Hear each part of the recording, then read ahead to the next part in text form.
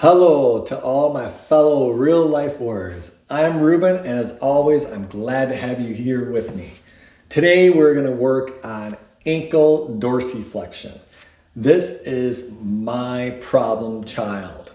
I have been trying to get my ankles flexible for quite a while, and I have made progress, but I still can't get to what is considered by some to be the bare minimum that everybody should have. Now, when I say that, I say quotes because these are just usually mobility coaches. So I don't know if there's a doctor recommended amount. But when I watch these channels, you have all these mobility coaches. They're saying for people to improve their squat, they need just a minimum amount of dorsiflexion ability in their ankle. And while I started off, I was pretty bad and I've come a long way. I've still got a ways to go. Now, if you're wondering how to test that, how to test this dorsiflexion in your ankle, what you're going to do is you're going to come up to the wall, and my wall has a little lip right here, but if yours doesn't, you're going to go one hand width from your wall, okay? Because my wall has a little bit of a lip, I'm going to go not quite as far. So I'm going to just take off, maybe half a finger, all right? So you put your hand down and put your toe right up against your hand. Again, I'm going to scoop mine in just a little bit because my wall has that lip. I'm going to put this down here just so I have an idea for my other foot so I don't have to put my hand down. And now what you're going to do is you're going to put your other leg down and you're going to lean forward into this knee and see if you can get to touch the wall. And I'll tell you right now, I am an inch and a quarter away at least.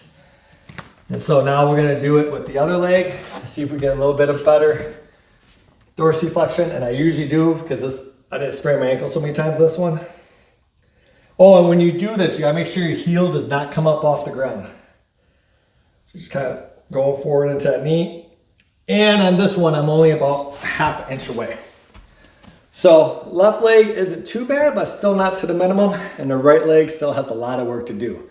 But believe it or not, from where I was, when I first started doing my Asian squats, I could not do them unless my heels were up 3 to 4 inches off the ground. And now I can do them. However, my feet have to be really wide and my toes pointed out. So I'm hoping to get to a point where my toes are straight, and my feet can be a little bit narrow. But in order to do that, I need to improve this dorsiflexion. And so one thing that I like to do is, first of all, you can loosen up your calves. You just grab a pole. I have this little, I think it's called Norwex mop here. And I just use the side of it. And you're going to grab a pole. And remember, I just want to say, if any of this hurts, then it's not for you. Put it on your legs here. And you can sit on it. Or you can just push it down with your hands. And we're just going to go ahead and work into that calf. Okay, and once again, you should not, this one is kind of like rolling your leg out. Obviously, you're going to feel something, but if you have pain, and you think it doesn't feel great, then don't do it, please. Okay? But I have found this to be a great way to loosen that muscle. And then when I come down here, I just kind of usually slide it a few times. Go over it one more time. Okay. So again, right here is the toughest part for me. Oh man. My upper calves are just really tight, especially in that right leg. I'm going to get a little extra pressure on that right leg. I'm kind of leaning into it now. Scoot this down. Kind of get that extra pressure on that right leg. Again, just getting that extra pressure. Get a little pressure by sitting on it, sitting into it. And then I just kind of smooth it down my leg down here. Not too hard or anything. Our goal is not to hurt ourselves. It's just a gentle massage, if anything. And you could just use your hands. If you're worried about using this and hurting yourself at all, then just use your hands and just press on your legs while flexing your ankle back and forth. So what we did right there is we kind of just loosened our calf up. Now the next thing we're gonna do is we're gonna take a stool like this, put a foot on it, okay? And we're gonna lean over this. I can put it over front, and as you can see, I can lean my body weight into this. I'm gonna hold it. Typically, I hold it for about 5 seconds, and then kind of come up. I'm gonna do that about 5 times. 5.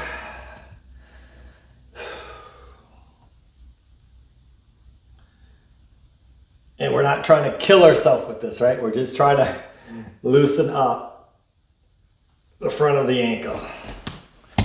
Okay, and then of course you're gonna do any other one. I'm doing my problem child ankle here. I'm so stiff. Okay, I really want to get a good pull on this, so I'm gonna move it over so I have better leverage with my left hand.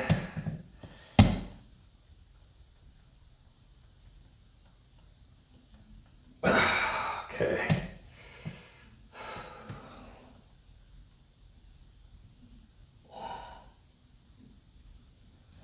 Get some good flexion there. See, I wish my ankle could do this without me pushing on it. Hopefully one day. Okay, now we've done that. What we want to do now is just a gentle calf stretch. Basically, you could just take your foot, put it up against the wall like this. You could do a runner variation where you go back like this also. Or if you have something like this, just a board at a slant, you just put your weight on it. And we're just going to go into the back of our calf here. And typically with this one, I'll just count my head to about 60 and then I'll switch legs. Okay, and now we'll do the other leg, of course.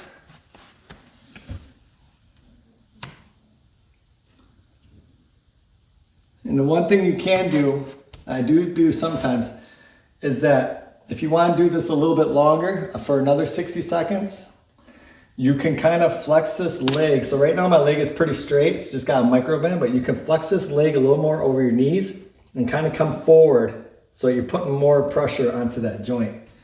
When you go back like this right here with the straight leg, it's really hitting the back of your calf, right? So I'm just kind of hitting the whole calf, stretching out the whole thing. But when you push forward like that with your leg, you're really gonna get into this joint here, kind of opening it up a little bit.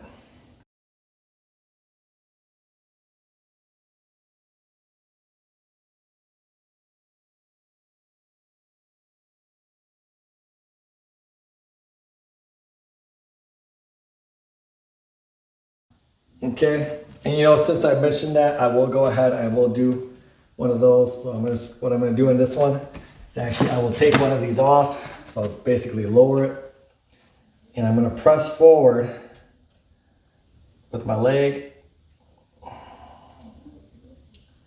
So I'm pressing into my heel, but my knee is over my toe. Okay.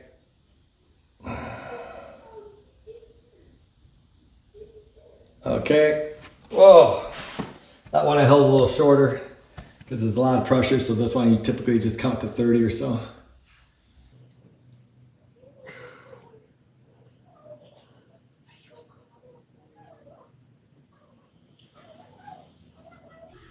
Okay, so now hopefully my legs have opened up a little bit. I would like to test. You can go ahead and test, see if it, you warmed it up a little bit here. I think this thing rolled or something. So I got a little lip here, so I get to count for the lip. See, I look worse than normal. Yeah, I think that's about an inch. I think that's a teeny bit better. Do the left one. Maybe I'll be able to touch with the left one. Sometimes I can.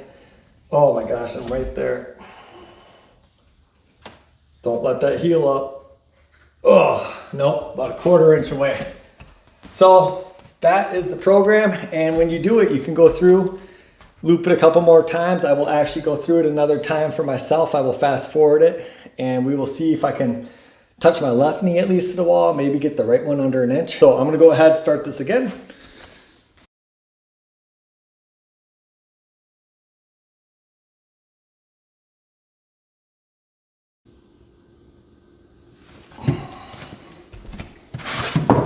Okay, welcome back. I did a second round. Let's see where I'm at now. Hopefully this thing didn't move. I better check it just to be sure. Yeah, I think this one's in the right place now. Right knee. Move this over. My knees get a little sore. Round. Oh, that is actually, keep that foot down.